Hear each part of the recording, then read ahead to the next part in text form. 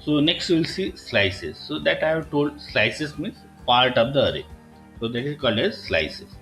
Now see, we'll talk about Python programming language. So see, we'll take this. So this is the list. We'll copy this.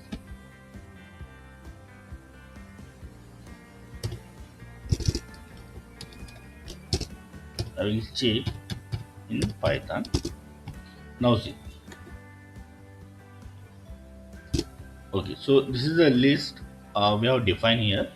Now see, if I take vector 3 is to 6, so I am taking part of this list or array. So see, when I take vector 3 to 6, 3 is to 6, so what I am getting this. So see, 8, 10, 12. So see, from third index, so see, it will have 0, 1, 2, 3.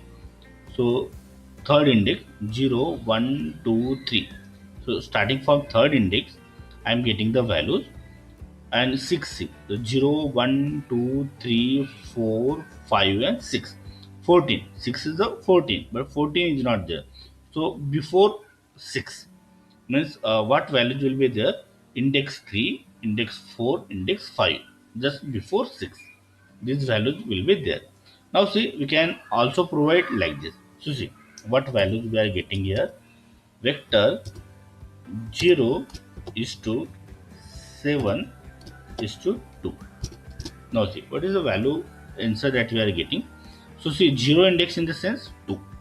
So from second we will get it. So see, 7 means 0, 1, 2, 3, 4, 5, 6 and 7. So 7 is 16. So before that means up to 14 we are getting the result. Okay. So from 2 to 14. But not all values we are getting. Not We are not getting all values from 2 to 14. So we have mentioned third parameter, that is 2.